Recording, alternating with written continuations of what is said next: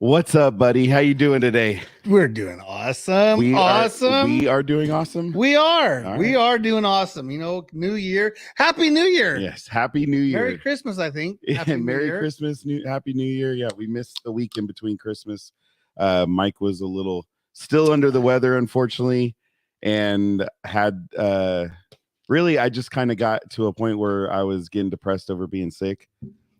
And it just kind of came to a head that day. I posted that thing today, dude. That literally was, it was, you know, there's as men, as well as humans, I guess, you know, I hate to say just men, but you know, we go through things and you can only push it down for so long until you're like, dude, I need a break. Like I need to stop. I need to reset myself. And when things aren't giving you what you need, the fulfillment, dude, you gotta get rid of it. Well, it's just 4 weeks of being sick. Yeah. Coughing to passing out. I mean, I was always sitting down. I had control of it, but welcome everybody to the Contagion Effect Show, where we talk to our veterans and talk about some mental health. So how was your week, buddy? Look at bomb men, don't get sick. Thanks, Gary. Carlos, what's up? You know what really stinks is Adam, what's up? Actually logged in, so I can't see anything. Trey, what's up? Look at this. Chrissy, what's up? You were talking about all the people joining, so we got some people. I think we have some of his dupe. I love that. We love that. And we do have a special guest joining us, hopefully in a little bit. Hopefully he gets back. He was having some internet connection issues. The kid took the PS5 cord away. Yeah, it took his Ethernet cord, and then waiting for him to join us. He just froze right now, so we'll be fine talking. No, you know, we'll join. We've done it multiple times, right? Yep. No, it's one of those things, dude. Like when. Yes, boss. Hey, Mikey. There we go. What's up, everybody? He said not sure what's happening. He just texted. Yeah. There it is. He's back. We see you. We see you back there. It's all good. You just froze and life fam. It's all good. What's up, everybody? Eric, what was up with your week this week? Just how was New Year's? New Year's, I celebrated East Coast New Year's. Cooper, you did? I celebrated. So you were out. We were out. You didn't have to work on the first, did you? I could have. No, I got a text at like 7 o'clock in the morning. I need hustlers. I need drivers. I'm like, no, that sucks for you, boss. Sorry, maybe you should have planned ahead. What's up, Nana Penny? What's up, Ben? What's up, bud? What is up, everyone? We're gonna be in talks with Ben. Bring him on. Yeah, he's got some stories. Yeah, he's got some stories. No, I didn't have to work, but I worked Friday, Saturday. What's up, Tyler? Got some overtime in. Did that thing, but it's just a mess. It's the holidays at a grocery chain, so you know you do what you do and survive. And now we're going to go into our slow period, and we're going to wish that we were busy again. I wish I was that busy and not being sick. So that's you're busy being sick. You're busy trying to get healthy. What's up, Adam? That's the thing. You know, it sucks. Yeah, it freaking sucks, dude. Being sick sucks. Carlos, trabajo. Yeah. Yes. Hey, I did. You know, I do want to go back and say, for those of you that missed the show before Christmas, that was fun. No, we didn't have anybody. Stanford. We're talking about the stupid words. Yeah, we talked about the Stanford acceptable words. Yeah. I ended up talking to like some of my family about it and sending them the link because they were like, "No way," and I'm like, "Yeah, it's a real thing." So, if you missed that show, go check it out. It's pretty funny about some of the words that maybe it's not funny to some. It's stupid and idiotic is what it is. Well, there's some words total that are asinine. Like, okay, but you didn't have to write a whole 37-page booklet. And it was like 37 pages. No, it was 37 pages. I can tell you. And it was double space. Like I usually do double space and a little extra words in between. Yeah. But I do want to bring up also on September 14th out at Santa Nella, they're doing the wreath pickup January 17th. And I said, what? September 14th. Yeah. Wow. That's like completely different. Yeah. So January 14th at Santa Nella, the National Cemetery, they're having a Look, Mike C said he likes it when it's slow. Yeah. Well, yeah. He's what? I'm not gonna anyways, 2 a.m. bid. Let me just put the 2 a.m. bid at work is special, right? Okay. There's some specials there. So you're just saying Mike C special. All They're right. special. All right. But good group of it's a good mix of dudes, right? But yeah, I mean, you're getting up and working at 2 a.m. I mean, that's kind of tough. Right. So, but again, Santa Nella, they're having the wreath pickup for all of the wreaths across America. They're looking for trucks and people that want to come and pick up. There's 6,500. Is that all that was down? 6,500, I think. Yeah, I got an email, and I'm switching over from the old computer to the new computer, so I don't have all the numbers. I'm just going off what their Facebook page, and so I know it's obviously here in California. It's been raining. It's been ridiculous. If you're gonna come help, make sure you're dressed to walk through some mud. Yeah, dude, bring some boots. It's gonna be rough. Or you could stop by and get some plastic bags and tie them around your shoes. Hey. So whatever works. Some of us had to go through a state championship game. Yeah. In the I still rain. think my shirt and my sweater, is the still shirt, wet. the sweater, the jacket are still wet. Yeah. I didn't understand when the other morning I woke up or I got in the truck and I'm like, why is the inside of my dude after that game? I mean, I just felt like I was wet for another week, and that's where I definitely where you guys got sick at. Yeah. But again, they're asking for people that want to come out and help. You collect the wreaths, they take them off site, they pull the rim. There's a couple ribbons on there. Yep. Because they have to be separated from the actual compost is what they're going to do. Yep. They'll chip it up and send it off as mulch. Yep. And they need help. So yeah. So if you're in our area, or if you're in an area you're near a national cemetery, look up your local wreaths across America, your national cemetery. They need help. Yeah. You know, if you're here in the valley, email us. I'm taking Black Betty out there. I just named my truck Black Betty. Oh, okay. Lamb, Black Betty, lamb. But it's not black. No, I'm just kidding. It's black. All right. So black on black. I want to get on and keep going on. So I'm excited. We have a new sponsor. Yay. And Eric's going to be like, I don't want to talk about him. So I will preface this with, if you're, we have Gary Miller, who's actually been commenting here. We're going to play his commercial. If you're going to reach out, you are going to have to file an extension in order to use him, because he is already that busy. And this gentleman probably does, I don't know, 6 or 7 appointments a day, and he comes to you. So plus you're going to have to email me to get permission first because I'm calling bullshit out on it. Yeah. Great guy, super nice guy, likes his coffee. He's a Marine Corps veteran. Yeah, he's an everything veteran. We're sticking with who we support, and he's definitely an American. Let's play a little Miller Mobile Tax Service. So this is going to be the beginning commercial, and then we may have some adjustments from there, and then we're going to get to our guest.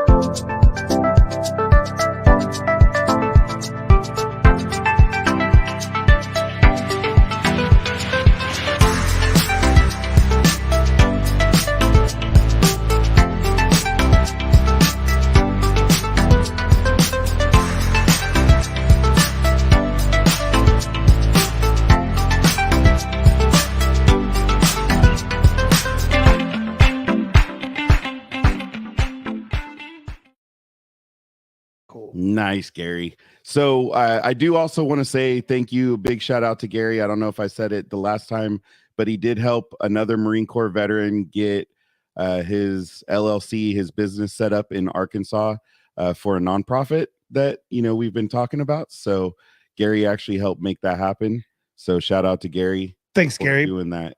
Do we need to send a possible interview email to him? To Gary? Yeah, we know we need to get Gary. Well, Arkansas, we've talked to.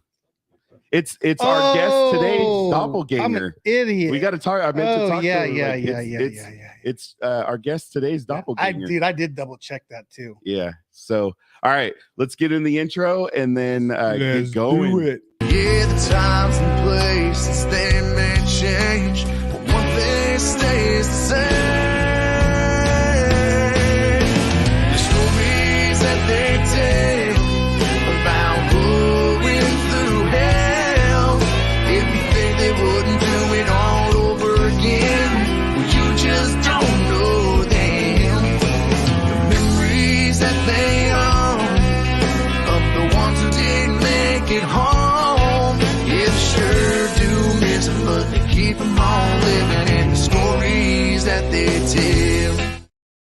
Every time, huh? Gets you every time.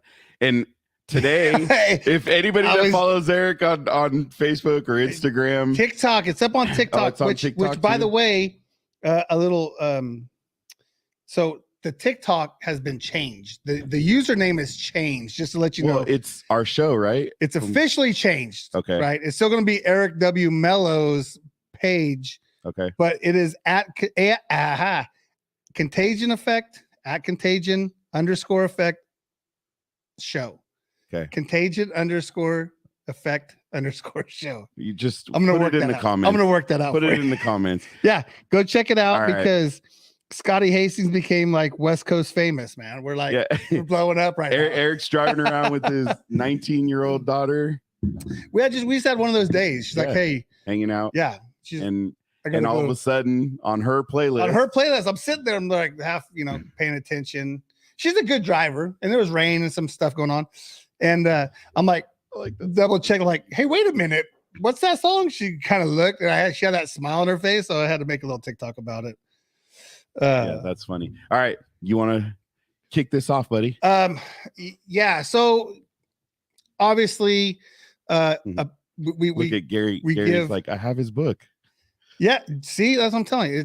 It's public figure. He's a veteran. He's a best-selling author. He's a mindset coach, social media influence, veteran, father, husband, podcaster. Just one of those guys that exudes positivity, upbeat, and on the same breath will tell you, stop effing around and get real. Mm-hmm. Welcome to the show.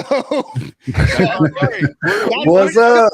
Our guys, stop fucking around stop effing around. Like he's got a post. Stop effing around. Right. That's right. Thanks, bro. Appreciate you. When I kind of scrolled through veterans and got lost in the interweb, I came across you, and I'm like, oh, like the goosebumps and the jitters and the butterflies all came back, and I'm just like, like I said, the energy that you bring and that you kind of manifest, right? Like, dude, like be accountable. That's right. That's right. Welcome to the show, man. Absolutely. Thank you for joining us. Okay. Absolutely. I do have to, so I don't know if you heard me say in the little bit of the pre there that we have already interviewed your doppelganger. Yeah.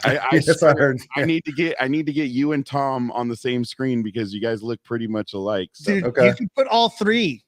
All three. You can put Scotty up there too. Oh, yeah, Scotty could be close. Scotty's got that dark beard, the dark goatee. Yep. But yeah, no, for sure. I did. I'm like, wait a minute, that's Tom. What the heck?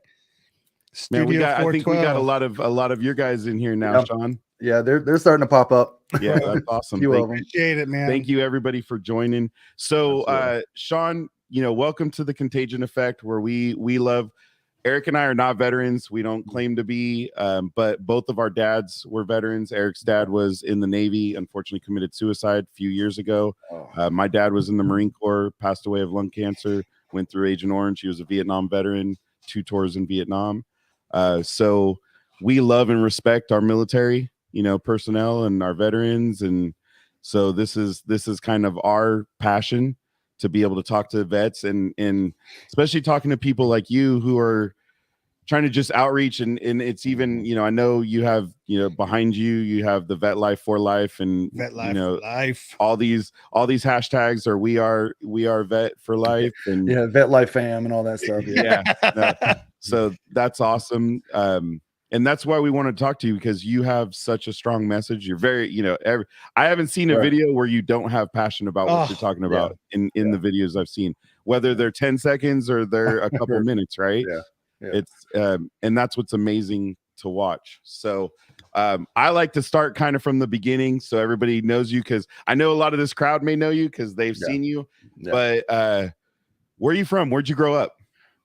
Okay, so I love that question because I really didn't grow up specifically anywhere. My father was also in the military, so you guys probably understand how that is. Multiple tours he did to Germany. So I grew up, I think 9 years I spent in Germany, California, Colorado. So I'm from Indiana originally. I was born in Indiana, and then when my dad retired, we ended up settling here in South Carolina. So I've been here in South Carolina now for long time. I've been here at least about 20 years now. So I just tell people I'm from Indiana, but I'm from South Carolina too. So How did you learn? I'm sorry, I missed you. Did you learn any German when you were there? I did a little bit back then, man, but I can't. I remember how to count to 10. Yeah, 1, 2, 3, 4, Wir 5, 6, 7, 8, 9, yeah. 10. Hey, This guy. well, my high school, I went to high school in the Bay, Cupertino, where Apple's from, and we had German. It was like one of the only schools that offered German, and because I was a derelict, I only took 2 years. And my favorite, the only sentence I remember is "Ich habe keine Ahnung," which means I have no idea. So that's the only sentence. We used to have a German teacher, and we used to have to tell, like, what was it? Guten Morgen or Auf Wiedersehen. There's a few little words I remember, but that's awesome. Yeah, being a military brat, living in kind of like the neighborhood, kind of like the barracks, but it was for family. And then you had like the American side, and you had like the German side. I remember us used to go there and fight all the Germans and stuff. One beer, please. Yeah, my cousin. That's one beer, please. Like shocker. That's my cousin. And pamphlets. Shocker. Right? So with all that moving around, were you in the States for high school, or were you military schooled? Yeah, my dad. So I think the last year I spent in Germany was like my 7th grade middle school year. Then I ended up coming back to the States, and I spent my 8th grade and my 9th grade year at Fort Campbell, Kentucky. So I was a Falcon, Fort Campbell High. Okay. Yep. Spent that. Then that's when we moved, and I came to South Carolina, and I spent my 10th grade up to 11th grade or 10th grade, and then I dropped out of school. Got kind of kicked out of school, but kind of both. I represent that statement. Right? I represent that statement. I think I went through that same process. Oh, yeah. So only then I wasn't smart and did other things. So I just decided to keep going crazy. Yeah, I woke up and I decided to do something. So we opened up a major can of worms. Yeah. Okay, guys, we actually don't speak German. Yeah, I'm not translating this German. Dude. Okay, you're all using Translate now at this point. Yeah. Right. So that was great. There's that many German people in here. I know. That's I'm laughing because all of a sudden everybody speaks German. Oh my god. Man, I'll never start a language conversation again. Yeah, right. I can't hang with it. But I gotta say that was cool that you did it with me to 10. I've never met nobody else that can count. Oh yeah, I can go. I think I can go to 20. Or I could probably go farther, but it's. I just remember 10. I could do 10, and I even pick around with the kids because when you get to like 8, it's like Yeah, I'd be like Well, and when you're young and 6 is sex, like I mean, it's 6 just sex. So it's. I remember, and there's Carlos K. Yeah, quite bueno. Oh yeah, I could count to 10 in Spanish too. So 20 in Spanish. Look at you're multilingual, dude. Multilingual. All right. So then obviously you're a veteran. How'd you end up joining the military? What was that decision making? What took you there? I don't think there was a decision.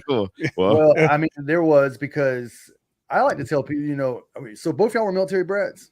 No. Well, so my dad was in the Navy. Okay. Well, and my dad was already out. I mean, I was little when he was in, so we didn't get to do what you did. Okay. My dad. Y'all weren't children. No, we weren't. We weren't the kind of brats you were. Okay. Yeah. I got my ass beat, by a Marine all the time, but I wasn't the kind that got to travel around the world with them. So yeah, I guess I tell people that have lived in the military lifestyle, it's not really something you think about a lot. Like for other kids, it's like you see military dads, it's like, oh my God, that's pretty cool or whatever. But for me, it was just like, whatever. Right. Because I've seen it every day my whole entire life, like all the way up to 16 years old. So I really didn't know if I wanted to join the military, to be honest with you, man. I was a bad, troubled teen. I was in trouble all the time. I got arrested all the time. Like, just to be real, not without getting into too much detail, I was like almost went to prison multiple times for just being that out of control, man. And so I didn't really have a future plan. It wasn't until I was about 20. Well, it wasn't until 9/11 happened. When 9/11 happened, I started watching the war on TV. I was like maybe 20 years old, 19, 20 years old when it happened. And I decided that, man, I want to be involved in this stuff. And plus I was having a hard time with, money and jobs and trying to figure out what I wanted to do. So I decided to join. I decided to join in 2004. and I was in until 2012. But yeah, Okay. I just wanted to do my part, man. I just, I wanted to do something. I got tired of being the guy that I was, and I wanted to make a difference. I wanted to go to war. I wanted to go to Iraq. And so I saw it on TV, and that's what I wanted. And so that's why I joined. Man, it's kind of crazy to think, though, you seeing that lifestyle. And I know you didn't necessarily see war when you were with your dad, right? You didn't maybe I just seen him bitch that. all the time. I just saw him come home angry all the time because he was just, he hated it. And he was field artillery. So he was in the field for like 4, 5, 6 months out of the year. Okay. So he just hated it. And so to me, it didn't seem, plus all my mom being alcoholic and my dad being abusive. Like I didn't want this shit. Yeah. But then you just saw that's what I'm going to be if I keep following. So you end up joining the Army, right? Is that what? Yeah, I joined the Army National Guard because just real brief, because I ended up jumping into a marriage really quick. So I got a girl pregnant at 17. She had a child, and then we decided to get married real quick, and we stayed married for like 3.5 years, 4 years. One of those little quick kind of, my excuse to move out the house. I have an 11-month one, and it didn't work out. So with me having a couple kids already from another woman that I was divorcing, that's what stopped me from actually going full time. But I ended up doing out of almost 9 years, I did 6.5 years active duty time. So it didn't really matter. But yeah, so I just wanted to clarify that. But yes, Army. No, that helps because then people understand, a little more about who you are and what makes you talk about the things you talk about. And it's even, it makes it more impressive to the struggle, and then you go to the military, and then now what you're doing now, right? The give back, that's what we do, and that's what we're about. Again, it was my stepdad, but I don't like the word step, right? Because I've known him, I knew him, I met him when I was like 13, 14 years old. So I mean, he been in my life for 30 years. He's your dad. I mean, and that's why I say he's my dad. Well, I mean.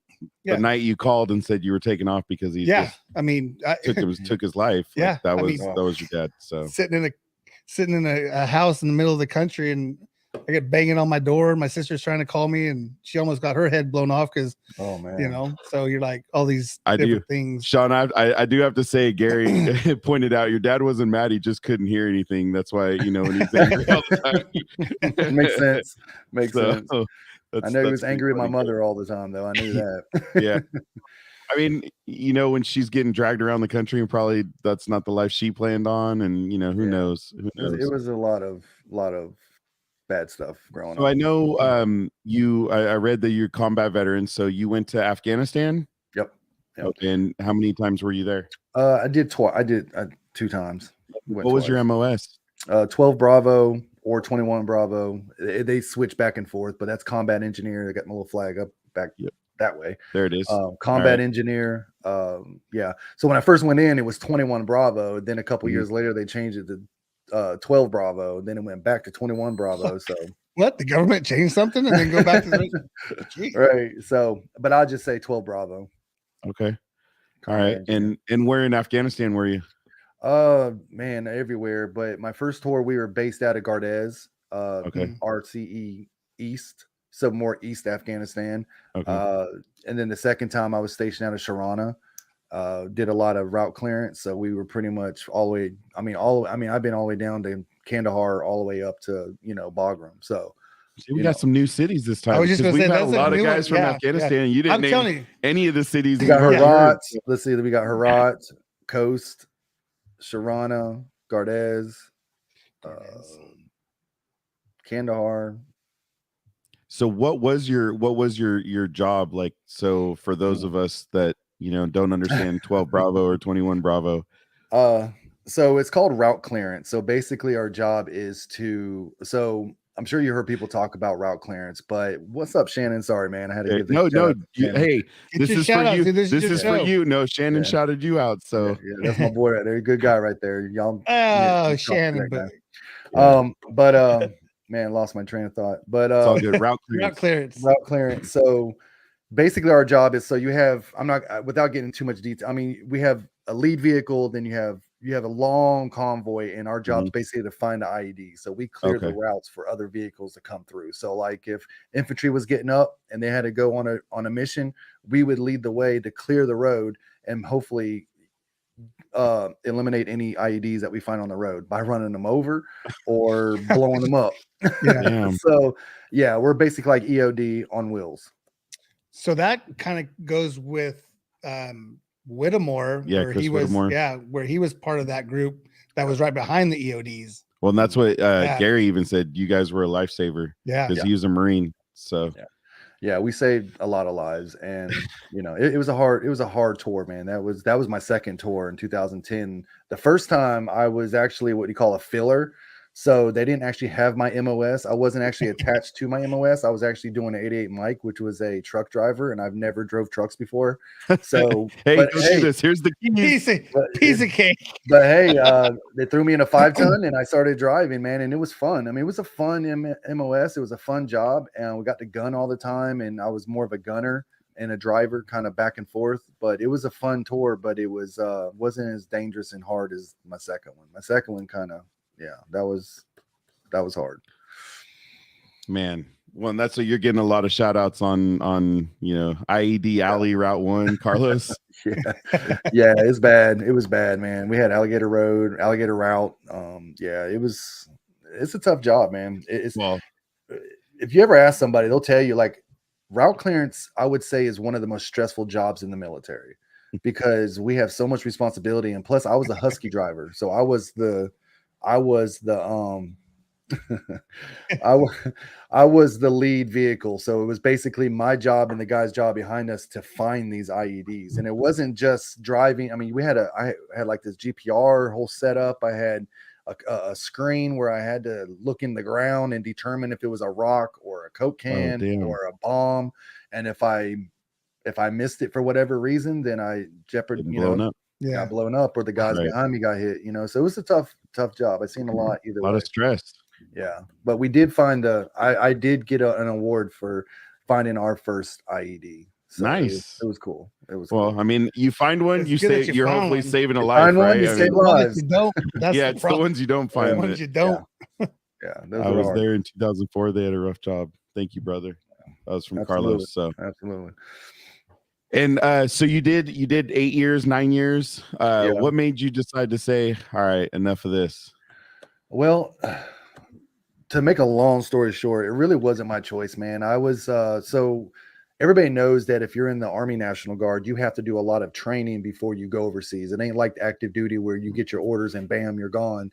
We have to do like a 4-month training. So we went to Fort McCoy, which is in Wisconsin, and we had to train for like 4 months. Well, while I was there on I'd say the last month there training, I ended up busting up my knee. And I didn't tell nobody. I just kind of, because you know how that is, man. You open your mouth, they're going to try to hold you back. So I just dealt with it. Like, whatever. I'm going to be a driver, whatever. I could still move because it wasn't as bad. It was just, it was messed up, but nobody knew. So I got until about 7 months until my deployment. And I was on top of one of the RGs, and I jumped off of the vehicle during a dismount mission. And I jumped off, and when I fell with all that gear on me, I landed into a ditch, and it ripped my ACL in half. It ripped my meniscus in half. It was bad, bro. My whole knee swelled up like a watermelon. So obviously that put me down. After a couple of weeks of them realizing, hey, this guy's leg's pretty messed up, they sent me to Qatar. I got to go visit the Air Force base, and I was like, wow, these guys have got it made. Couldn't believe it. I regretted every decision since then. Like, I'm like, dude, I should have joined the Air Force. Like, what the hell was I thinking? Hold on. What's the timeout? Where are we at on the clock on here? We're at 29:05. So I have a 17-year-old that's looking to go in the military, and he's been saying we started with Air Force. Yeah. We started with the Air Force, and then he's kind of looking at Navy, but he does not want to swim. But then the other night he's like, nah, because my dad was a Marine. So he kind of wants to be a Marine. And, I'm looking at our government going, I love the Marines. Yeah. I don't know that I want my son to be a Marine. It's a hard decision, man. My nephew just joined the Air Force. So I give him hell all the time. Like, I call it the chair force. Yeah.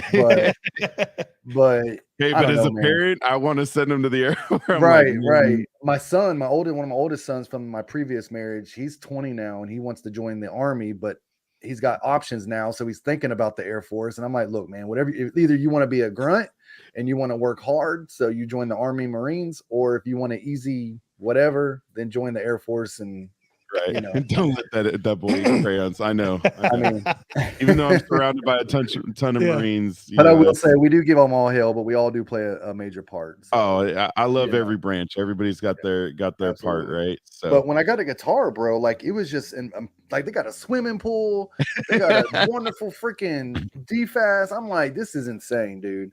But anyways, I got there, man. I did the MRI, and the lady wasn't supposed to tell me, but I was like, come on, tell me what's going on. Like I was so eager to know what was happening.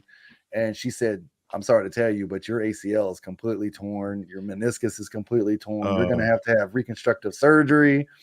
It was just bad. So they sent me back to the base, and I talked to the commander, and he's like, you know, we got like 4 months left. What do you want to do? And I'm like, well, shoot, put me up in a tower, or I'm going to hang back with my guys. Like I'm not leaving.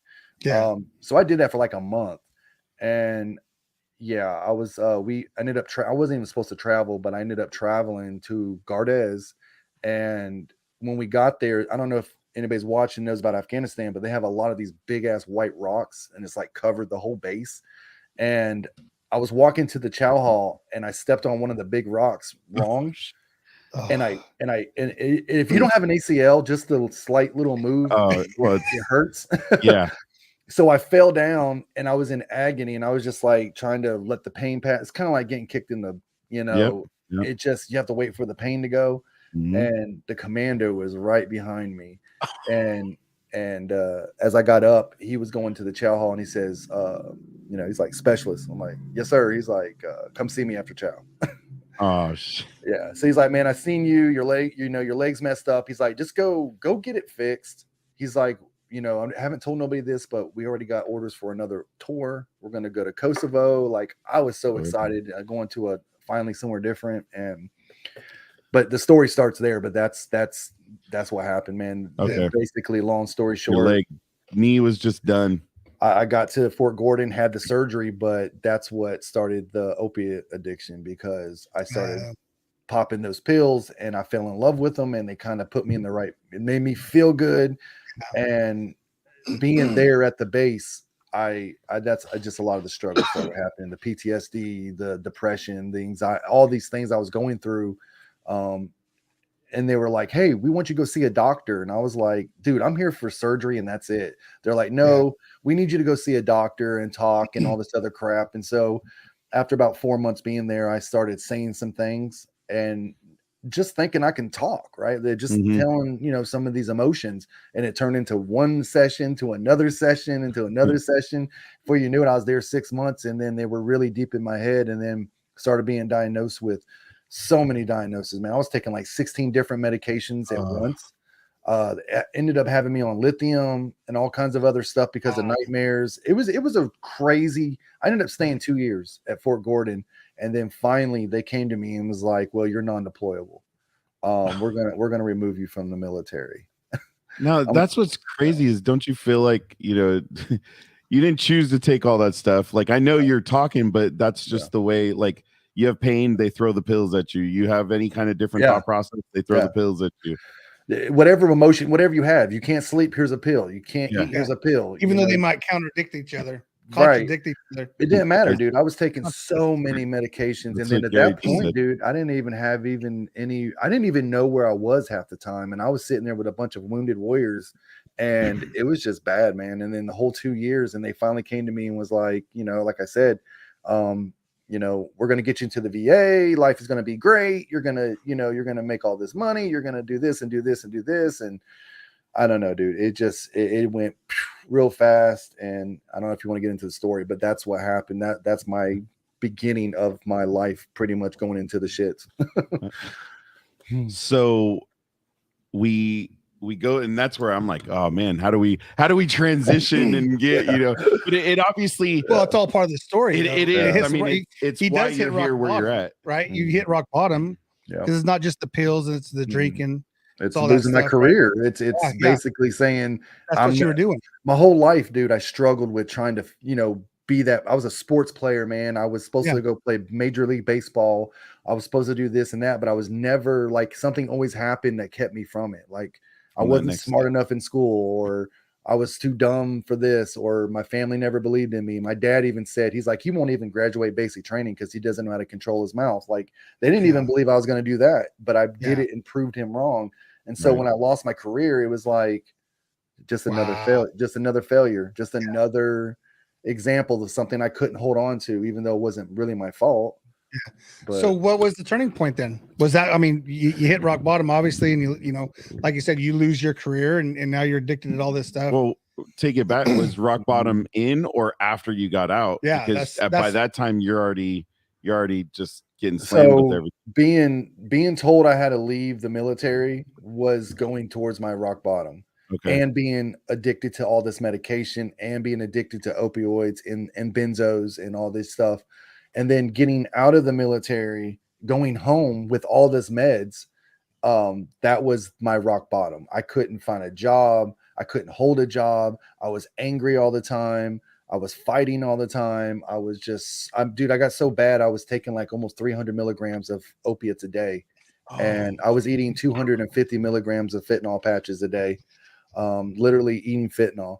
And it went from that, taking like 9 to 10 Xanaxes a day on top of those. So it just, dude, that went on for all the way from 2012 to 2018.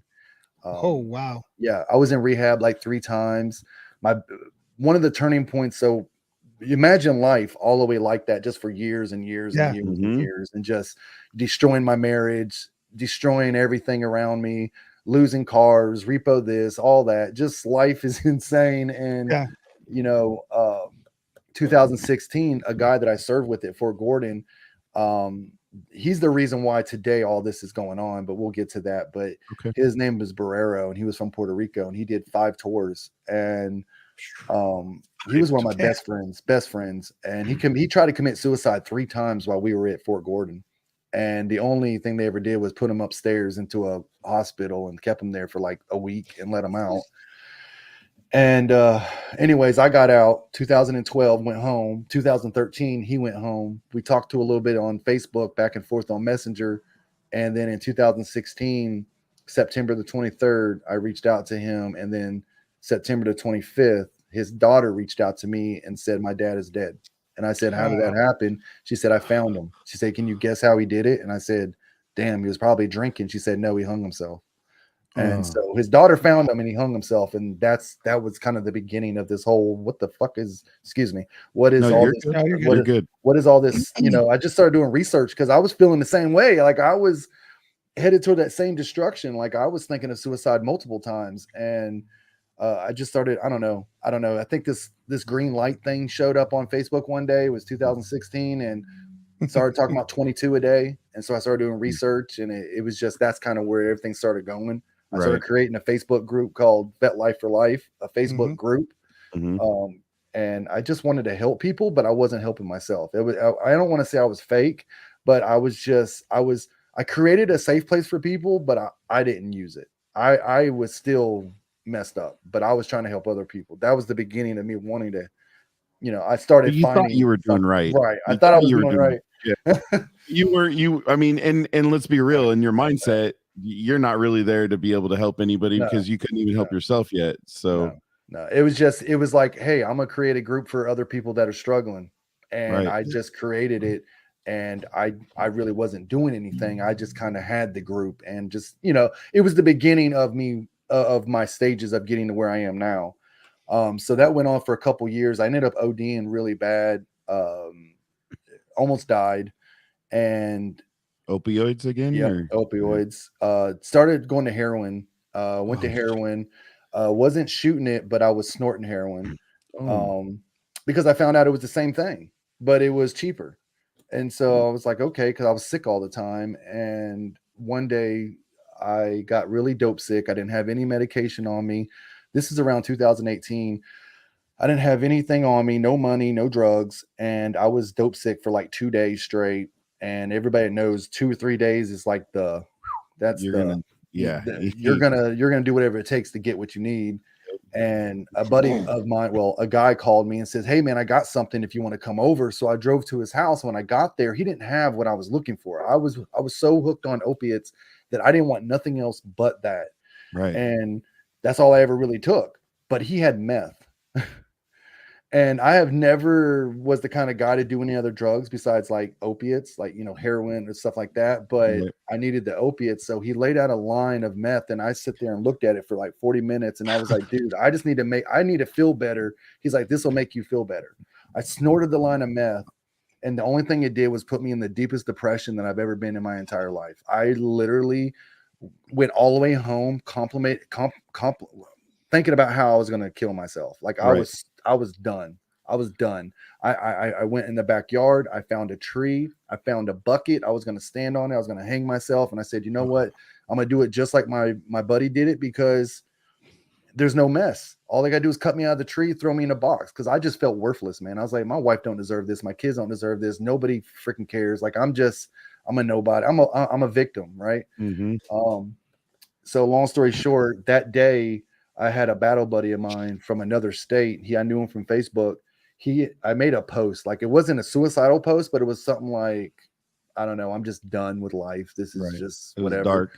Yeah. And so he started calling me and I didn't answer because I didn't want to talk to nobody. I was like, nah, I can't talk to nobody because I'm just going to do this and be done. And he called me and called me and called me and called me and called me and called me. He called me like 6 times. The 6th time he called me, I answered the phone. I was like, what's up, man? And he's like, what's going on with you? Like, you know, just start talking to me.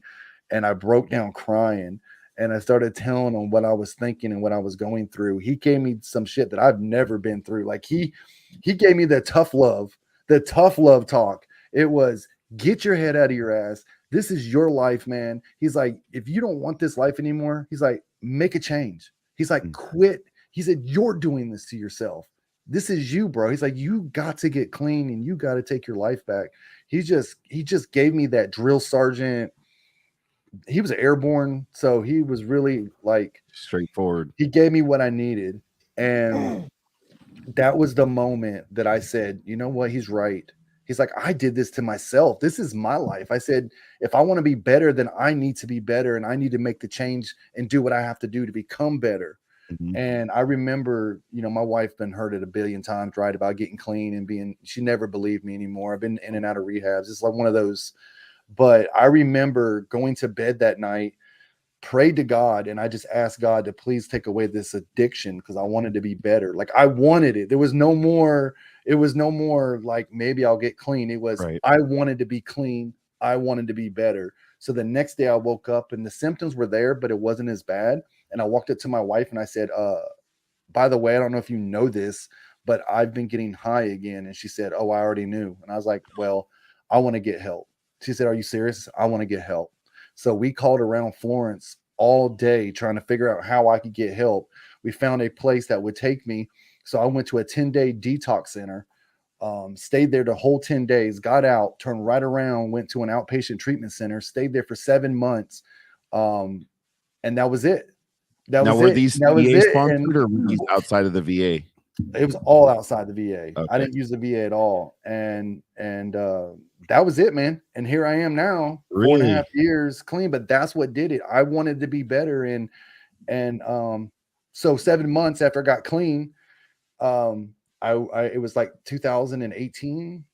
And I picked up my phone and I went live on Facebook and I said, by the way, I'm a drug addict and I'm clean for 7 months. If I can do it, you can do it. And everybody freaking blew up. And I started building this platform from that. And ever since then, that's how it started. Well, I mean, you just came out and said it and then it resonates with people, right? Because they're like, oh shit, so am I, or I was. Or, well, just like somebody commented earlier, he's telling the story of everyone that's in this chat. Like he's telling everyone's story. Right. Like, and knowing that they're not alone, that he's went through that. You know, and that's, and again, like I said at the very beginning, it's honest, straight to the point. It's no bullshit. Like he's not gonna, oh honey. I mean, you it's in your face, you know, because that's what you needed, right? Obviously, there's those people. Right. I was gonna say that there are those people you have to be a little more compassionate. Which you'll find, yeah. Well, but I mean, even you know, last year I had COVID and was hospitalized, and all the nurses were like, hey, you should turn over and lay on your stomach because it's better for your lungs. And they would just say it. And I'm like, I'm a fat guy. I'm not laying on my stomach. I don't do that. And then I was on 80% oxygen and finally had a respiratory therapist, like this dude come in all tatted up and I'm all tatted up. And he's like, look, fucker, if you want to fucking live, get your fucking ass on your stomach and Do stay there 12 do. to 14 hours a day. And I was like, bro, thank you. Like, thank you. Like we need that sometimes. Exactly. Like it needs to be said sometime, you know, and you hopefully you know the person and either you even if you don't though. It is. But I mean, it helps a little easier if you know them, but it doesn't matter either way. No. If you have somebody come at you and tell you what you need to hear, not what you want to hear. Yeah. And that's how I work today, bro. Like anytime I talk to somebody, I'm not gonna sugarcoat it for you. Like I'm gonna tell you this is what you need to do. And if the truth hurts, I'm sorry, but I did it. I think that's what's amazing. So Vet Life for Life was kind of your first thing, even though you kind of did it when you were in the middle of still like, I'm trying to do this. I'm trying to be do better. Something right, but so then is that when you jump back into the Facebook group? Did you do the Facebook group or just do your own live when you did so that was original kind video? of already still kind of just going. I met some friends and I was like, you know, creating a few admins and stuff like that. And we ended up growing to like almost 8,000 people. I mean, it was growing. A lot of people were in there doing great stuff.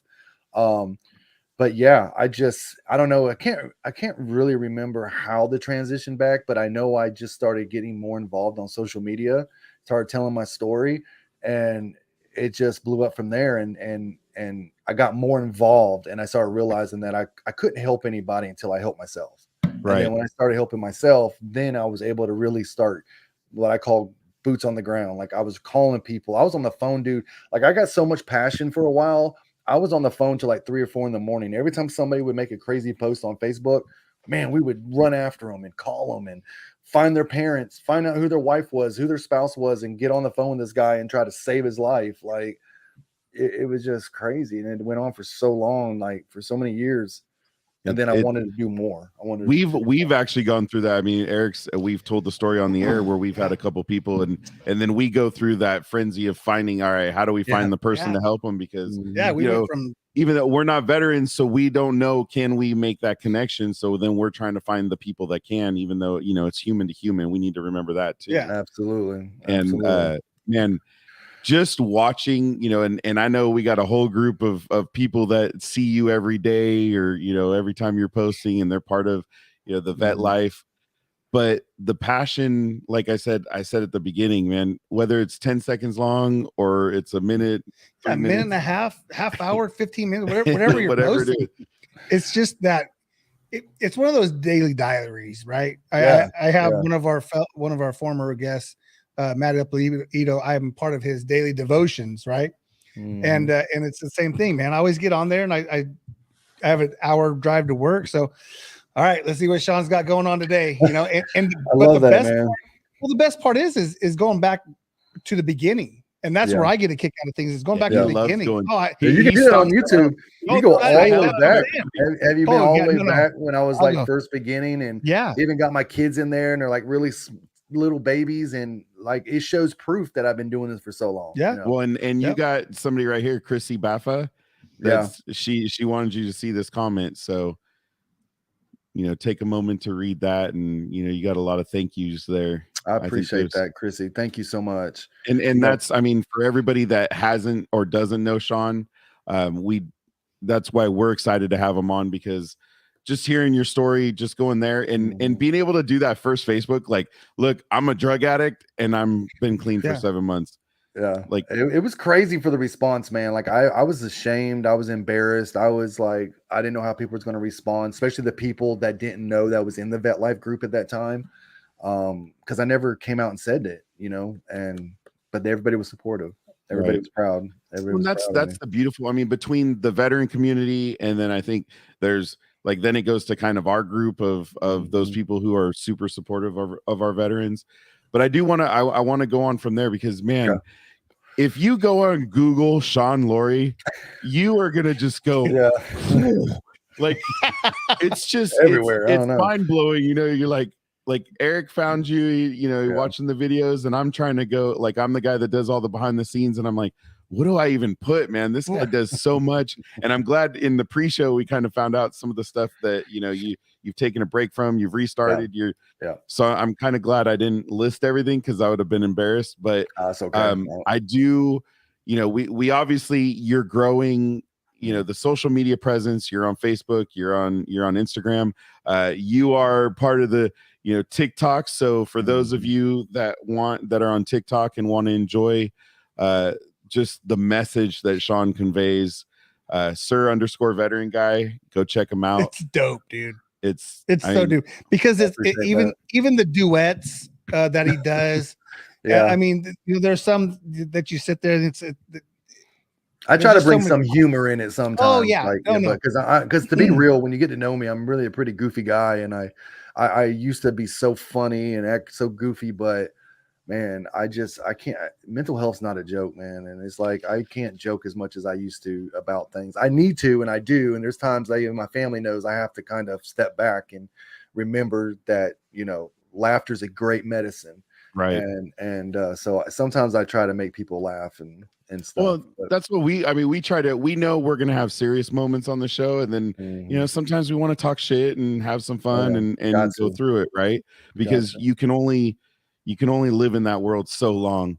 What are you already laughing at? There's two things because I like to jump forward, back and forth. Yeah. So coming up on May 13th. Yes, our new event coming up.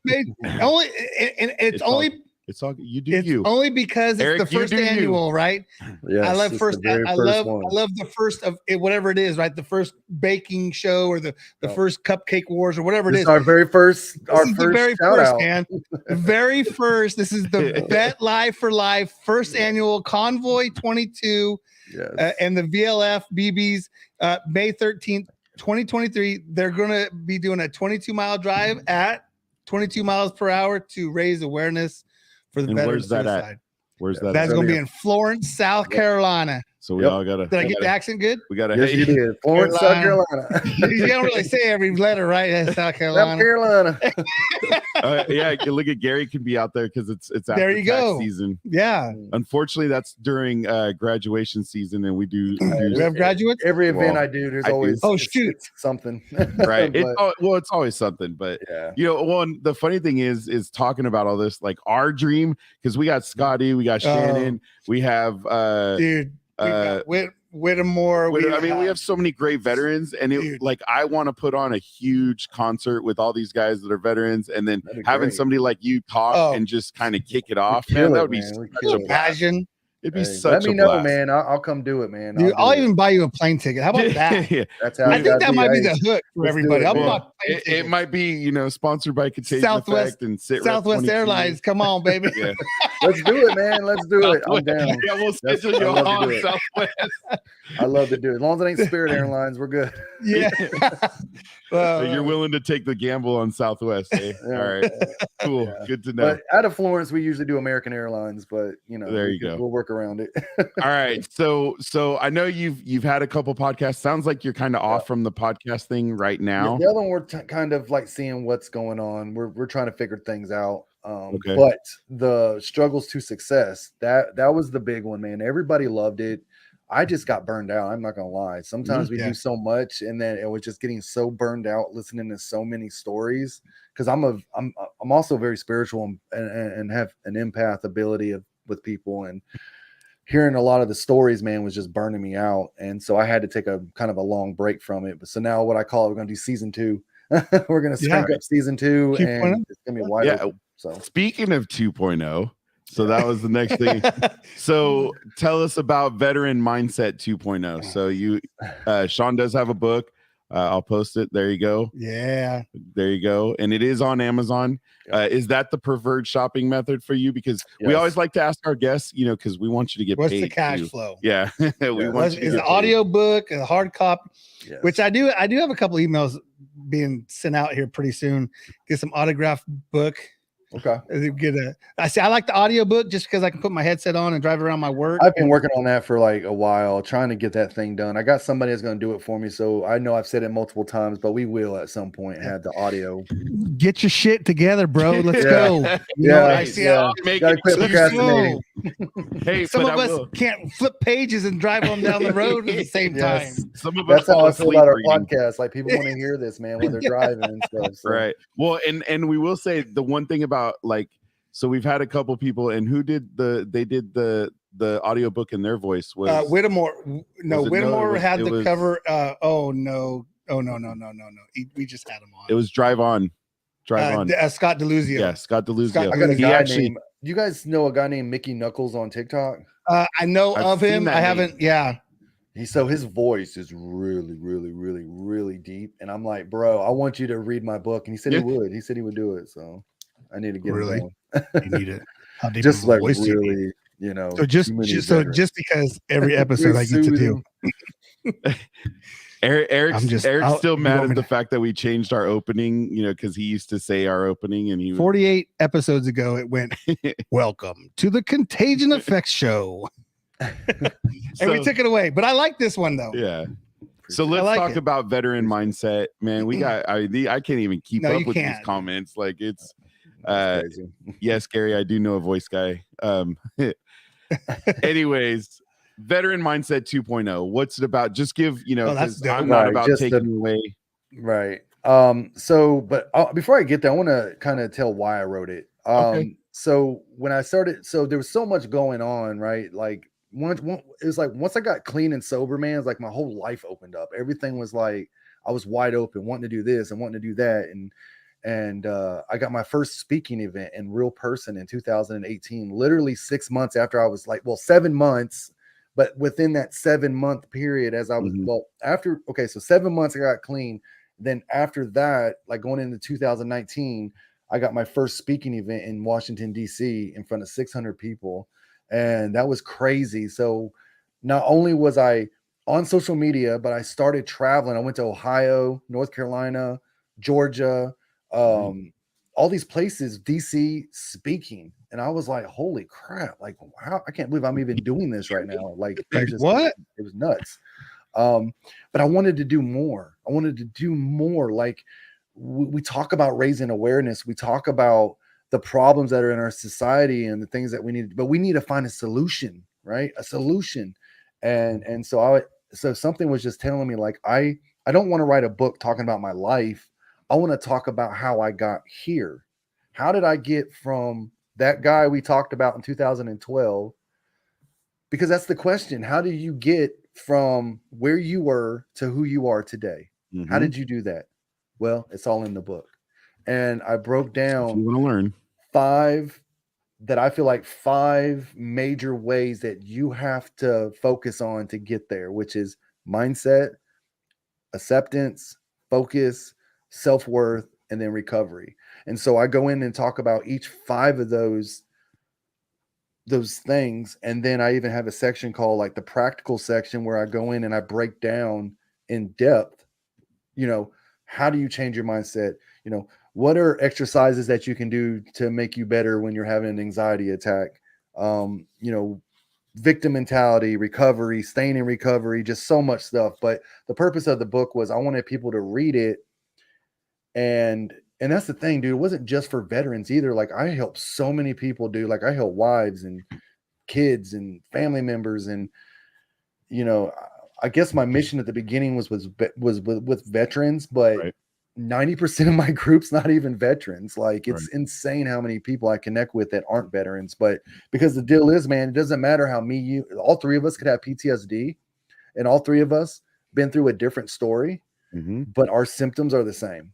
So that's how we can relate. 60% of the country right now has PTSD. Right. And I bet you all of us can get in the same room and talk about our symptoms, and we can all agree and say, man, nightmares, go to a restaurant and have to have your back against the wall, have that anxiety. We all talk about the exact same symptoms, but our story's different. So it doesn't matter how we got there. It's how do we deal with our problems? So if I found a way that I can cope, why not share it? And that's what I did. I shared some ways how I cope.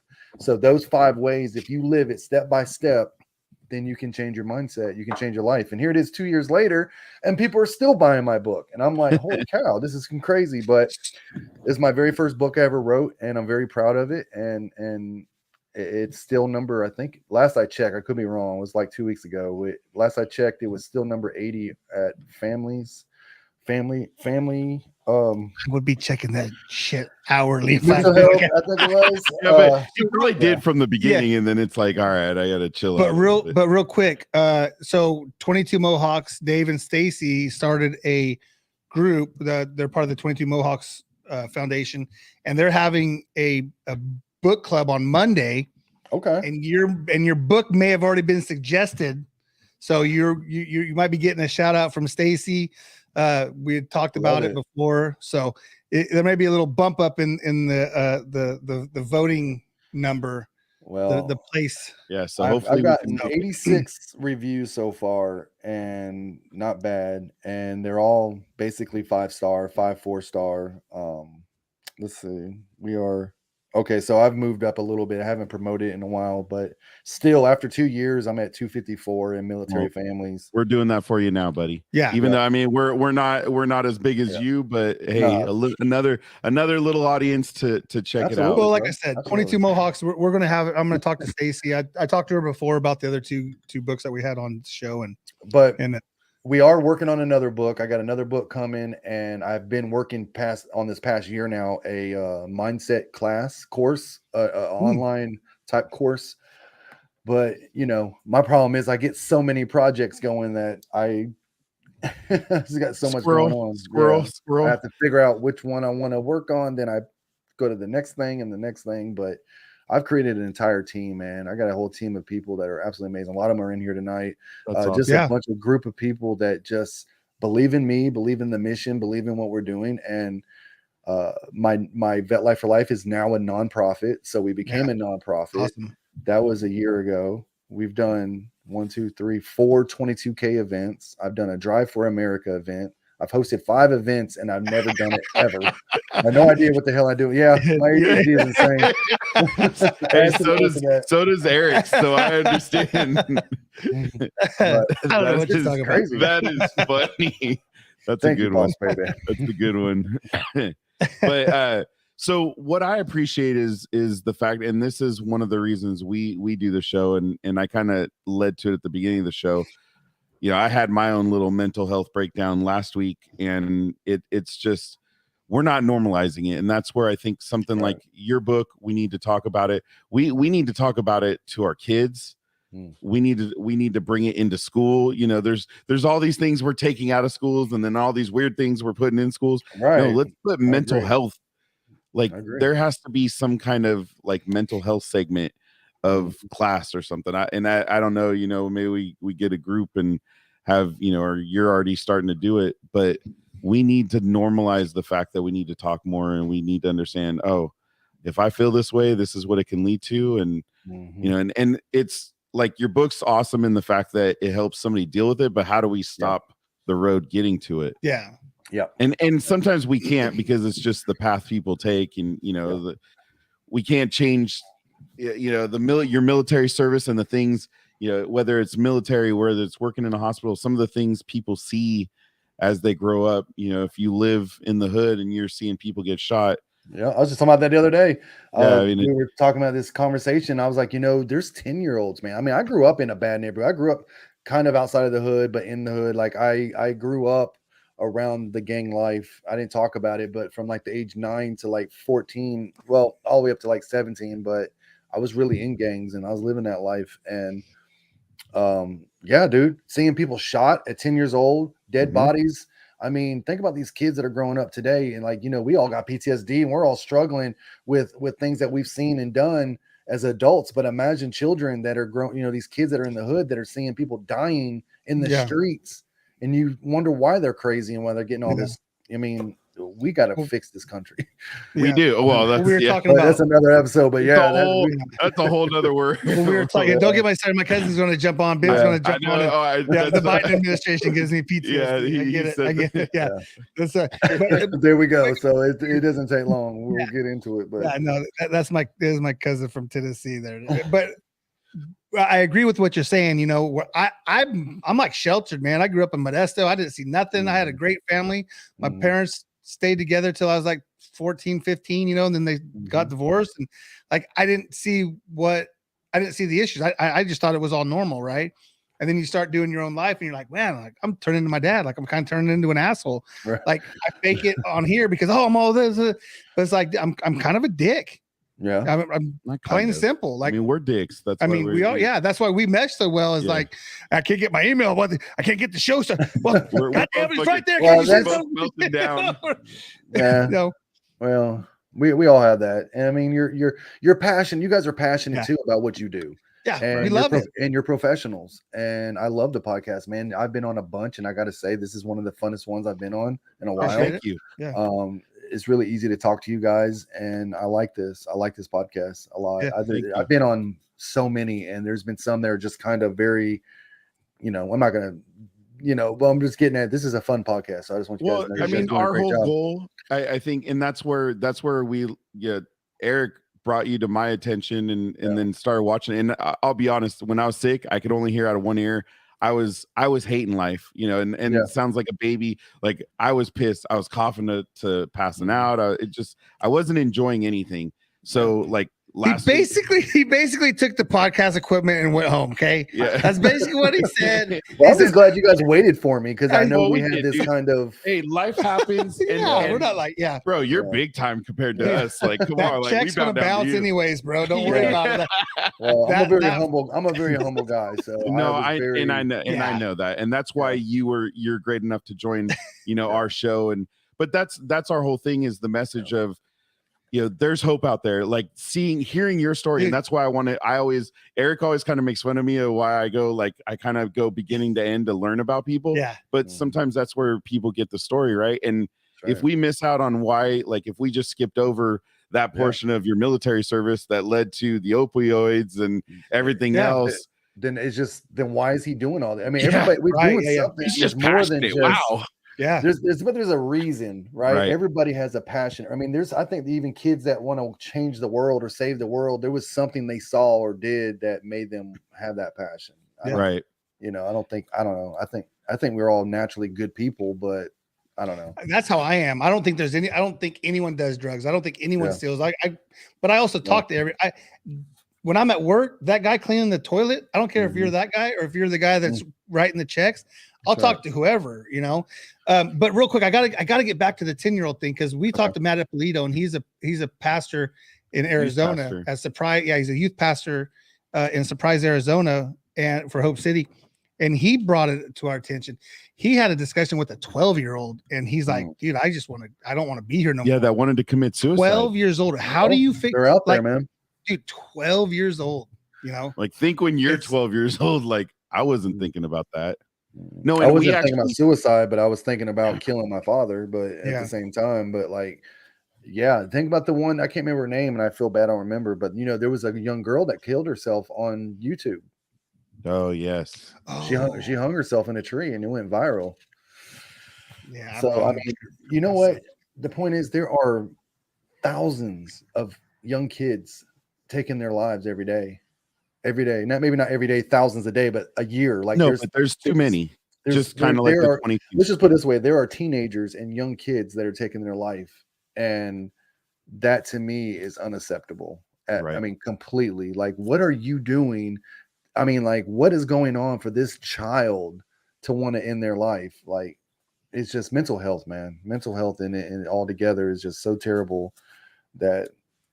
Well, and I'll share with you behind the scenes, but we're actually, and we've said it before, we're, one of the doppelganger I was talking about, your twin, he got on our show. He was extremely passionate. He's like, look, I know everybody's talking about it. I know it's all about awareness, but when do we actually do something about it? That's what I said. It was like, you said it near the beginning. You got to find a solution. Right. Which is, I mean, we all know that's a lot easier said than done. It is. We got to get into the schools and make mental health a priority, and then kind of go up from there. We got to kind of work from the ends and work in, start at young, start at old, come back and meet in the middle.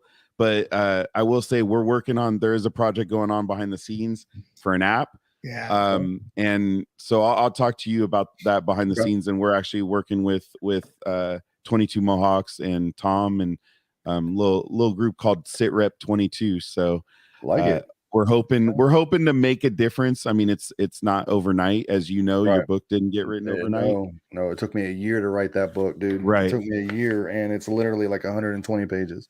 Yeah, but it had to be 120 perfect. pages of heart, right? Yes. And your mind, your heart in it.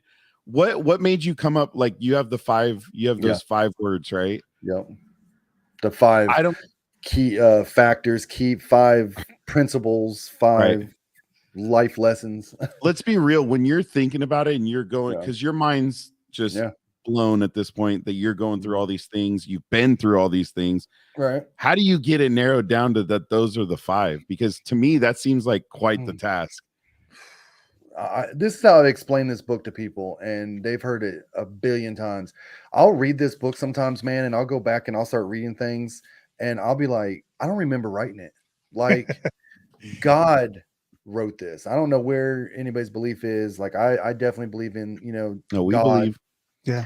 And, I feel like God played a huge role. And I think this book was supposed to be written. And man, the only thing I can tell you is that those nights I was typing, it came to my head, and it was just like, it was God. It was like, this is what I need. It's like, I don't know, dude, y'all got to read it, man. Like, if you haven't read it, like, I normally, people know me. I don't toot my own horn, but when people, like, I'll read my book, man. And I even said it the other day, like, I literally cover almost every aspect of your life. Like, there's so many little, it's like the Bible. When you read the Bible and you have like different chapters based on each emotion you're dealing with. Life. Right. Yeah. That's what I did. Like, I wrote just section after section of every, low self-esteem, accepting rejection, truth about trauma, never settle for less, building confidence, like all these, like, I just multitasking, living in the moment.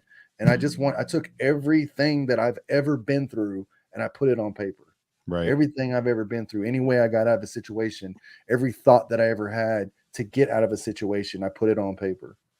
That's just that's why I wanted to ask, is because I think that's pretty just in itself, and it shows how spiritually that's what was coming through, because to be able to pinpoint it down to the 5 principles, I mean, I think looking at it from the outside, that's hard. It's very especially hard with all the shit you went through. Like, that's not struggling with ADHD and struggling with family life and struggling with just different stuff at the time and wanting to give up and wanting to quit. Like, I'm not gonna lie, this book almost didn't get written. Like, I got to chapter 4 and I ended up deleting chapter 4. I finished chapter 4 and I deleted it. Like, I messed up on something and the whole chapter was gone. Like, done. It was gone. And I was freaking out. I was so mad. I was like, you know what? I'm so done with this book. It's been a year now. This just whatever. I was ready to quit. And the guy that I was talking to at the time that was actually helping me, we got on the phone and he's like, Shawn, he's like, maybe that chapter needed to be changed. Like, and I did. I don't even remember what it was, but it was completely different. And it's actually the best chapter now. So, well, I mean, think about it. The amount of work you probably put in, and then to delete it all, like, there was something else working at that point. I almost quit, man. I almost quit multiple times. Like, just like my events, I've done 4 22K for 22. We just did our 5th. No, we just did our 5th annual. No, our 4th annual, excuse me. We just did our 4th annual, and I almost quit doing that, but I'm not a quitter, man. I'm like, every time I feel like I'm gonna quit something, I'm like, I can't quit. I can't. Well, quit. look, Boss Baby, she read the book 5 times.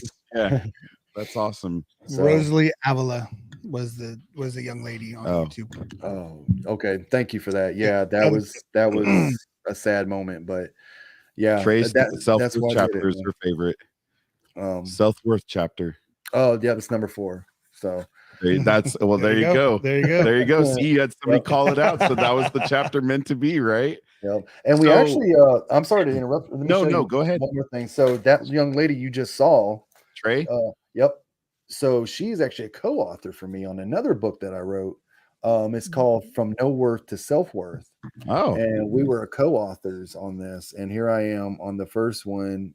And nice. She's number 3. From no worth to self-worth. Yep, from no worth to self-worth. And basically this is just our thoughts and processes about our self-worth and how each one of us dealt with our own self-worth and got ourselves to where we're at. So Something else you Wonderful guys can check out, From No Worth to Self Worth. Pretty good book. What is it not on audio? No. So I don't know about we'll that. get it there though. We'll get it there. I just had something triggered. I just had an epiphany.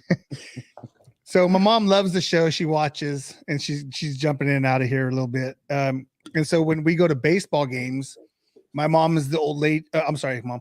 My mom's the lady up there in the stands with the book, reading the book, right? Mm-hmm. And as I'm writing this from No Worth to Self Worth, I'm like, holy shit, I'm gonna be the guy at the casino reading a book because that's where I'm gonna get my reading in at, right? Hey, I just turned into my mom. Hey, wherever you get it at, man. I'm gonna get my allowance and so Shawn, we know, thank you so much for sharing about the book, everything before. I mean, amazing like journey that it's still going. You made it through. Haven't even touched what we're going to be doing. Right. But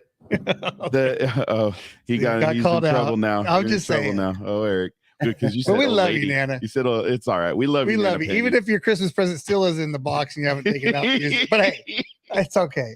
Hey, can I mention this really quick? I'm sorry, but these guys are so amazing. Like Nikki in here, like she just said the practicals in the book are amazing. But you know what she just did it. But what's amazing is when you get people, right? When you connect with people that are like-minded and they believe in you and your message so much that they go out and teach people your book. So she's actually giving classes and read the book so many times that she in our Discord, she's out here teaching people my book. And we're gonna have to subscribe to everybody who's commented. Go ahead and subscribe to us, and then we will return the favor so we can find out what you guys are all doing. And I think it's multiple people do that. That's what I love about it. Is I love the crossover that we get. And that's really how I kind of find people for the show too, which we do have a spot open next week. If you guys have if you know anybody that wants to jump on next week. Well, but it's just amazing, man. That's one awesome. Of the advice I would say is find the right people that in your life, find people that have the same passion as you do. And you can't go wrong, man. I mean, not everybody's going to be there. I made a video the other day, real passionate video about, how many people come and go out of my life. Yes. But still, like the right ones will stay. Yeah. Right. No, that's and you had a video about that. You're like, hey, listen, man, get with the people who think like you, because if you're always battling the people that are in your group, those aren't your people. They're just people that are here for that little season, right? Like you have to have like-minded. Well, you have to have some friendly friction and understand the difference between them being a positive and a negative, because you need that friendly friction as well. So but absolutely. My whole thing is the mental health aspect and the group that's willing, and you've even said not everybody's veterans, but the fact that you got a whole group focused on mental health and just, I mean, that need in our society right now is so large. Sure. So we have the book. It sounded like you're working on another book. Yeah, working on something else. Okay. And then you're going to bring back the Success podcast. Yep. From struggles to success. That's from struggles to success. And I just think about the name of that, like from struggles to success. Like that's what I've always been interested in anyways. Is kind of like my story, like from struggle to success, like even you guys in your life. That is your story. Yeah, that is. How do you go from struggling to being successful? And what is success? Money, or is it just you being happy? Right. Like, well, what is Right? success? I mean, that one, I made the joke even to Eric the other day, because I do real estate, which isn't, not a great job right now with everything that's going on.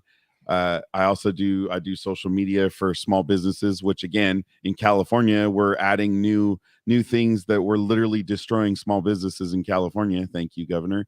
And so my businesses are rough right now.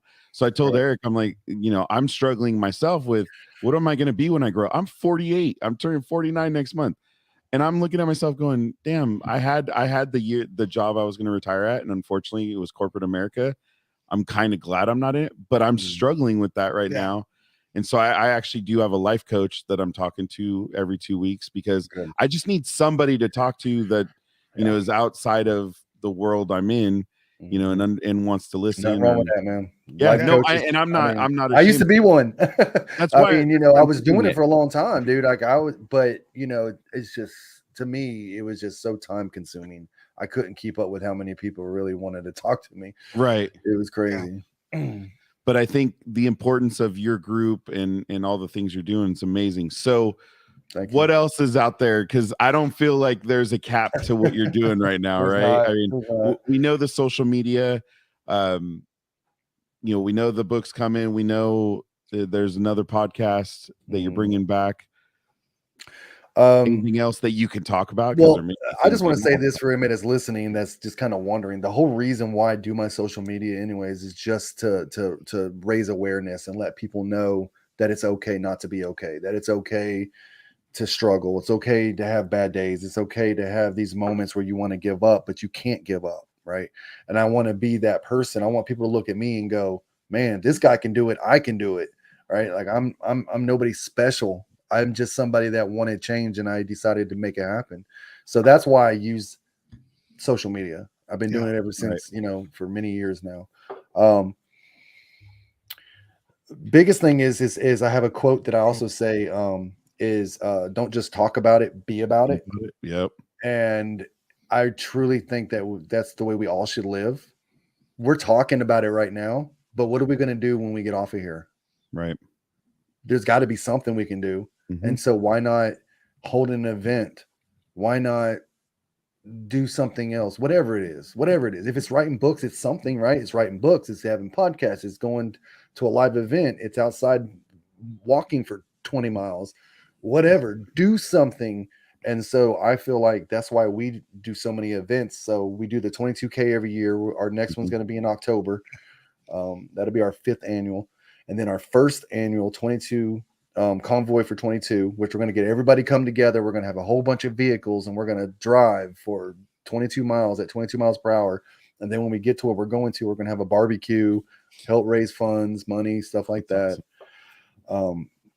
But yeah, that's kind of what we're doing right now. We got a Discord. So we have like a whole structured like military. We have teams and team leaders and admins and moderators. And it's like the whole thing is a huge business.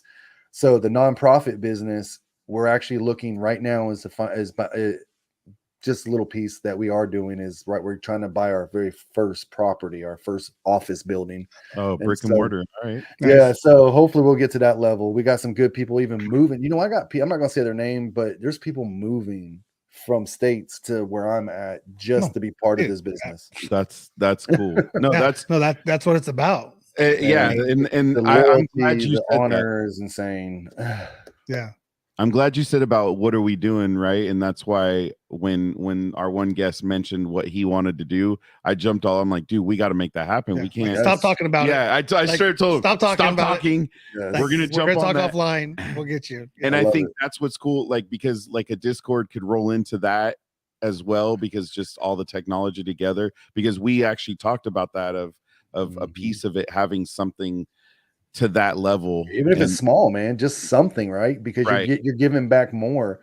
One thing that I've learned, doesn't matter what we do, if you can get one person like tonight, even if all these people weren't even in here, if one person said, dude, this podcast changed the way I look at my life, or this podcast changed my life, I would sleep so good just knowing that one person was able to get changed from what we all said tonight. Yeah. That's exactly how we feel every single show, because we're like, well, we know we're not this huge show, but if we hit one person, you will be from the beginning. It's our therapy. Like this, like I didn't go to therapy. It's an outlet. Yes. Yeah, this is so I did. Yeah. I was a little irritated last week because Mike was having his mental breakdown. But I get that now the truth came out. Well, yeah, of course it's on live. No, TV, I bugged him yesterday because I'm like, you were pissed at me. He's like, no, I wasn't mad. I'm like, I wasn't mad. No, I was like, I have found that I'm not going to do no more. Yeah. I was like, I was disappointed because I'm like, this is where we get to talk and even if it was just us, like we do. But it just sucked because I wasn't at a point where I could talk. Get it. And I could only imagine if you weren't. Rocky, when you're not. Sorry about that. That's my so you're good. Shepherd. Lay down. Yeah, we have big dog problems. Luckily, they're all locked up right now. So, but now I think you guys do well. I think you guys clash perfectly. I think it's a good match. So it helps both being assholes. So that works too. It's all it wants that ring light. It's a frisbee. Yeah, he's wanting to stop. That's awesome. Well, I yeah, do you you have may not something be else? huge yet, but it's you're gonna get there, man. And Yeah. the one thing I would say to you guys, and I'm sure I don't need to, but it's just consistency. Right. Consistency. Every time you feel like you don't want to go, do it. That's when you do it. When you don't feel like doing it, Right. that's how you grow. When you do it when you don't want to. And that's what I was going through because I was already going through other things. So I was like, but then I get on the show and I'm like, I love it. Like, when we had the snafu a couple weeks ago, we got into a great conversation and I felt like it was just, we didn't have anything. And then all of a sudden we had a great conversation. Yeah. And it ended up turning up pretty funny because, if you heard, if you haven't read the Stanford acceptable words thing, and you want to have something to talk about on one of your, it'll give you something to talk about. So go look it up. I've went live, like, man, I've been live and didn't feel like going live, and I went live, and those always ended up being one of the best. It's always when I don't feel like doing it. So there's always a reason. There's always a reason. Do you when you do, and I have one other question after this, but do you have, and I don't want to use the word motive or idea, like when you get on there, is there already a message in your head that's is it in your heart, is it in your head? It's kind of like being a pastor, right? And coming up with your segue, the way to get to what you're going to say that day. Like, do you have something, or you just jump on and it just comes from the heart? Everything I do is like, even when I speak, man, most of everything is just right out of just whatever comes out. Right. The way my videos work a lot of times is that I won't even make a video or like post my daily quotes unless I feel like I have a message to give. So my videos work that way. My lives are just random. My lives, I'll just go live on TikTok, and whoever joins will hang out and talk and stuff. But anytime I do a video, it's because something is making me want to tell, like, I have this message. For an example, that message about which one was it? I can't remember. I've done so many damn videos. But me and Boss were talking the other night, and we were literally talking for like 2 hours, and then in the middle of it, I was like, I gotta go. She's like, why? I was like, I gotta make a video. I gotta get this message out. Somebody's gonna need this message. And it was great. It's at like 9,000 views right now on Reels. That's cool. So that's cool. I mean, it's just anytime I get a message in my heart or my mind, it's like somebody needs to hear this. Right. And I just, and that's what it feels like. Just so you know, that's what it feels like. It has that genuine feel because sometimes you get on there and you see people that come out and it's like, I feel like you're a little kind like of added scripted. to it, or scripted. I never script nothing. That's awesome. I mean, there might be times where I do a TikTok video and I like, maybe try to set the lighting right or in the right spot, but or if I try to, if it's one of those where you're like a PTSD moment and I'm kind of down with my head, something like that. But anything that I say, I never write it down. It's straight out of the mouth. Straight out. It looks like you guys were having an important conversation. You were talking about root work versus leaf and branch work.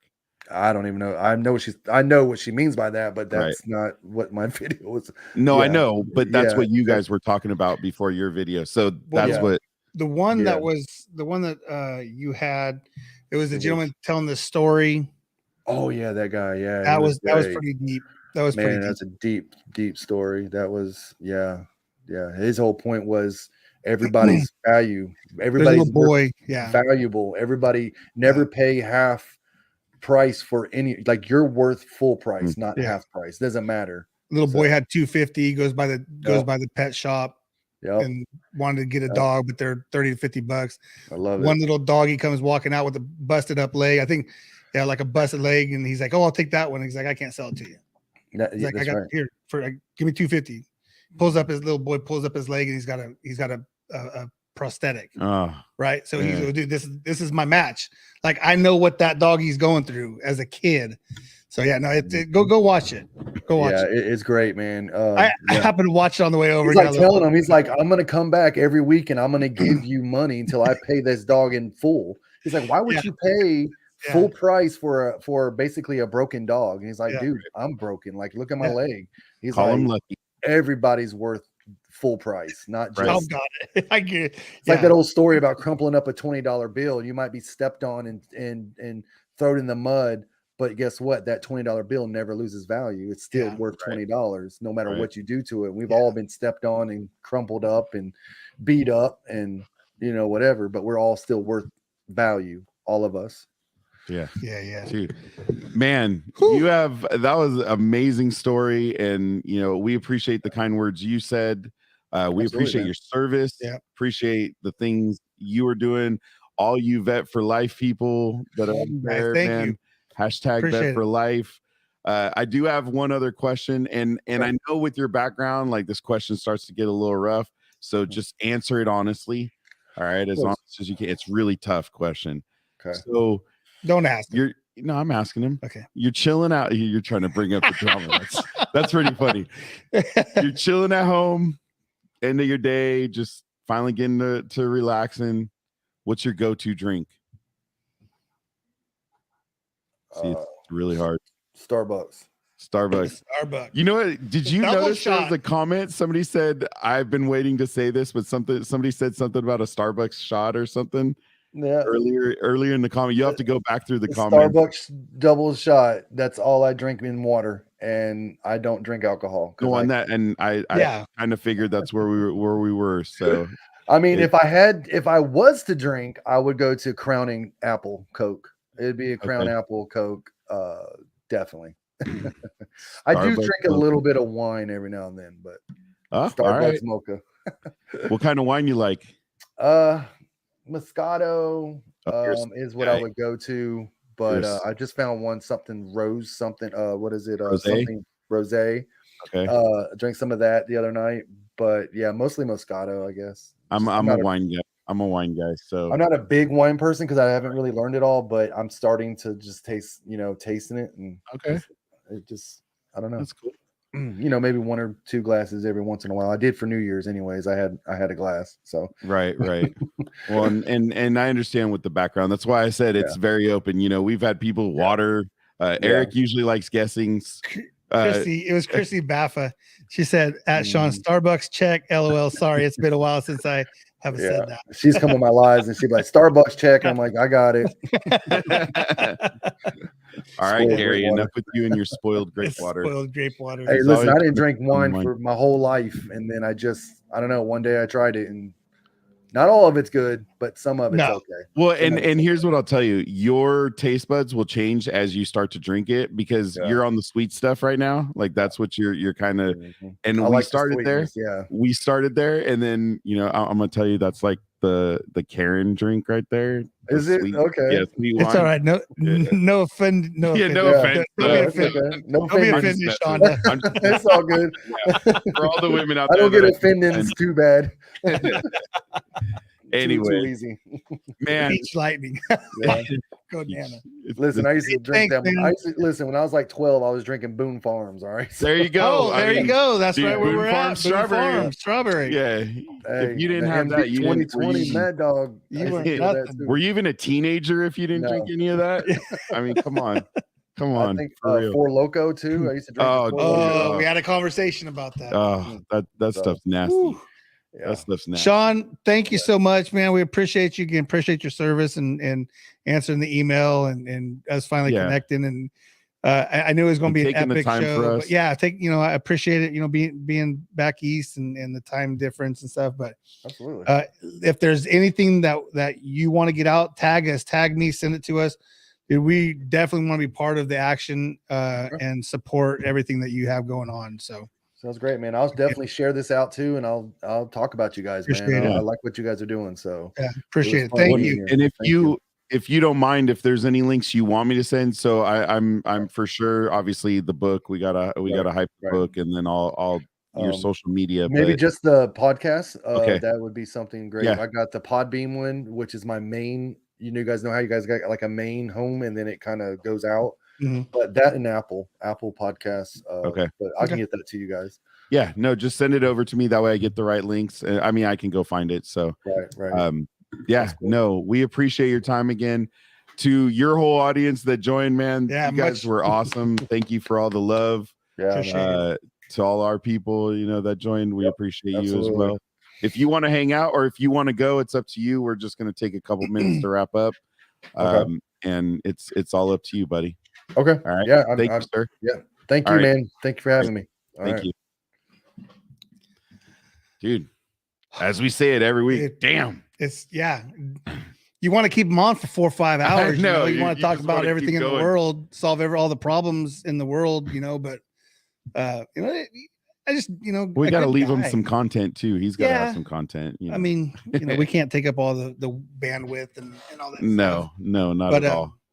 Yeah, no, I like the front story. It does set Just the pace. all the love is awesome. And it's one of those things where we appreciate it every week, because these guys don't have to answer emails or get back to us, but in reality, it helps us out, and it lets us I spread think it the helps word. everybody out, right? Yeah. I mean, it's good for us because we're doing the show, but in reality, what's kind of cool about the internet, it's almost forever. Yeah. Right. I mean, yes, we could go delete videos off YouTube, but once they're kind of on there, they're kind of on there. So let me run Tamara's commercial real quick, and then we can get out of here. Now for our sponsor, Tamara Pulido with the Finance Group, where they're creating a future where everyone has access to the loan and home they love. Whether you're a veteran, law enforcement, a first-time home buyer, you're up or downsizing, or even if you need to just refinance, our community deserves proficiency and expertise. Better rates, faster close, welcome home. Tamara Pulido, NMLS 1655776. Again, that's Tamara Pulido, and her phone number is 209-204-3795. I'm going to actually have to change her commercial, man. She's leaving that company as of Monday. Boss Baby. Whoa. He was amazing to talk to. So we look forward to hopefully working on some other stuff maybe in the future and enjoying them a little more. So, and then Carlos, thank you for always for watching. Yeah. Listening, watching, all that. Thanks, Mama. Yeah. Thanks, Mama Penny. Everybody out so there. Weird. She needs to change her name. It needs to be Nana Penny. It just needs to be Nana Penny on just there. Nana Penny. For sure. So, anything else, buddy? No, man. Good. Glad we're back. Yeah. I'm reinvigorated, whatever the word is. Yeah. My English sometime ain't no good. Ain't up the paw. Nah. Set the paw. All right, buddy. Hey, deuces. And look at it. You're welcome. We really appreciated him. Oh, he was sure. awesome. He was awesome. I gotta do it again. Yeah, deuces, guys. Deuces. Sorry, I was going.